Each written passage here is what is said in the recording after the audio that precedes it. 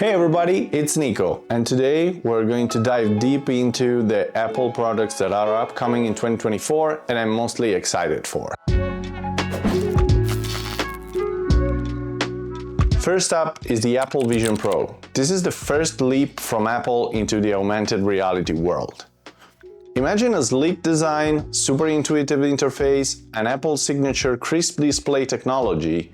Now, we know that VR and AR systems have been around for a while, but we also know that usually Apple joins up when they're pretty sure their tech can compete and can go to the next step. I don't know what to expect. I'm not convinced by a couple of things here and there.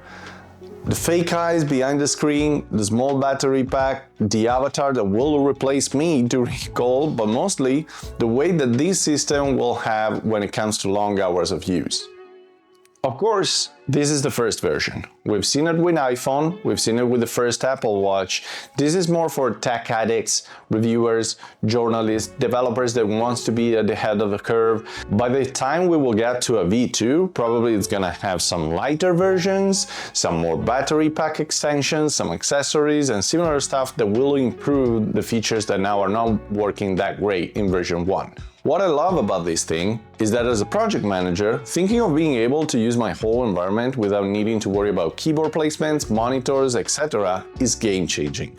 If you guys didn't know already, Apple recently introduced an update on the new iPhones to be able to record spatial videos which are compatible with the Apple Vision Pro. On top of that, their new Apple Watches allows you to use the pinching fingers commands, which are the same that the Vision Pro will use to confirm a choice once you point at something with your eyes.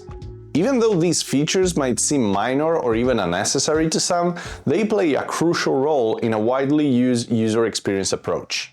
This methodology enables developers to introduce innovative ways of utilizing technology to their audience without completely changing their behavior and way of using the piece of tech.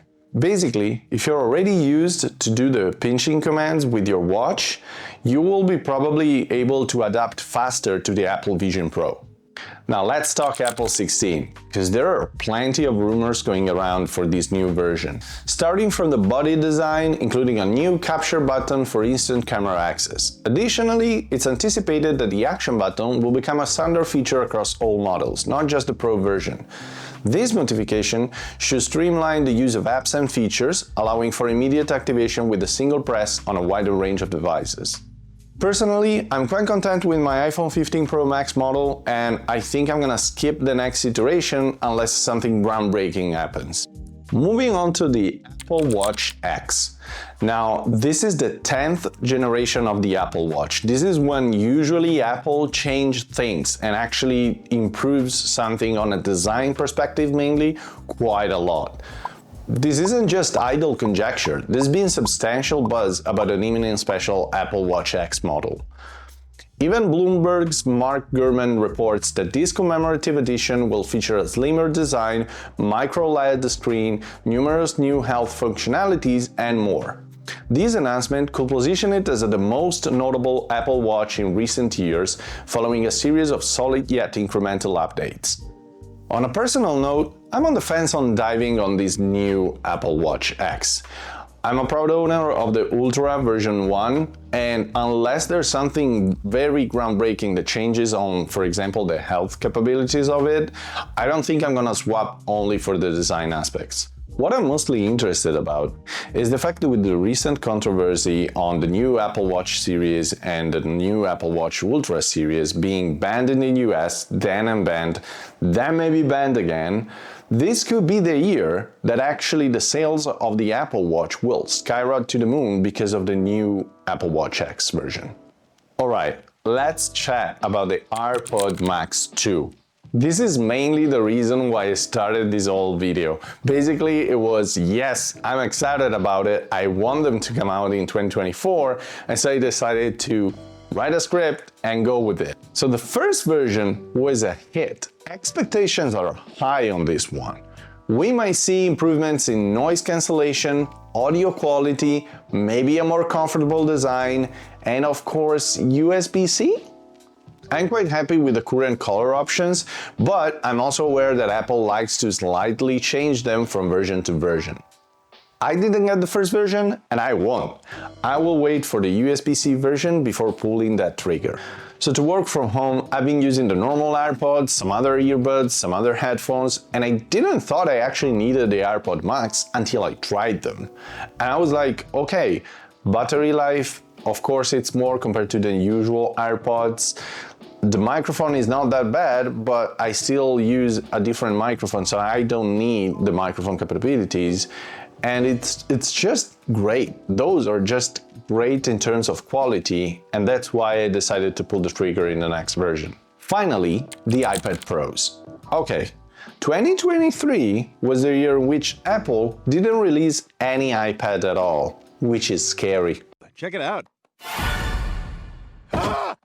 I'm a proud owner of an M1 iPad Pro 11-inch, and that thing is a beast. I don't need to upgrade. Like, to drive that to capacity, you need to be editing a video 4K 60 FPS on Resolve, which, why would you do that on iPad? Like, I have the MacBook, I can just use that one, right? Now, it's so powerful that sometimes it can just overperform some of the laptops that I've tested in the past 2 years. We know that currently there are tons of iPad choice that you can make. So the two main changes that I see upcoming are choice and display. Yeah, you heard me right, choice. Right now, the choice with iPads is wild. I would rather have to choose only across 3 models, of course with different sizes, like iPad, iPad mini, iPad Pro, where the iPad Air will just become the standard iPad. Now, I'm not sure that this is going to happen, considering the way that Apple usually handles these things, and the fact that the iPad is very much similar to the Mac lineup instead of the iPhone one. We could potentially get an iPad, iPad Air, iPad mini, iPad Pro, and a crazy iPad Studio. A bit of an overkill, I know. I don't necessarily agree with it, but we never know. There might be some perks around it. Okay, let's remove our tinfoil hat, and now let's talk about the actual thing that probably is gonna change: display. We're getting OLED, baby.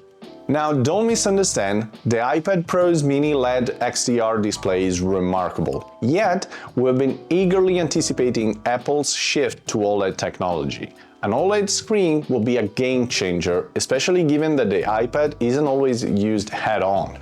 Viewing from different angles can expose the limitation of LCD backlighting. The exciting update is that an OLED display is highly anticipated for the iPad Pro in 2024.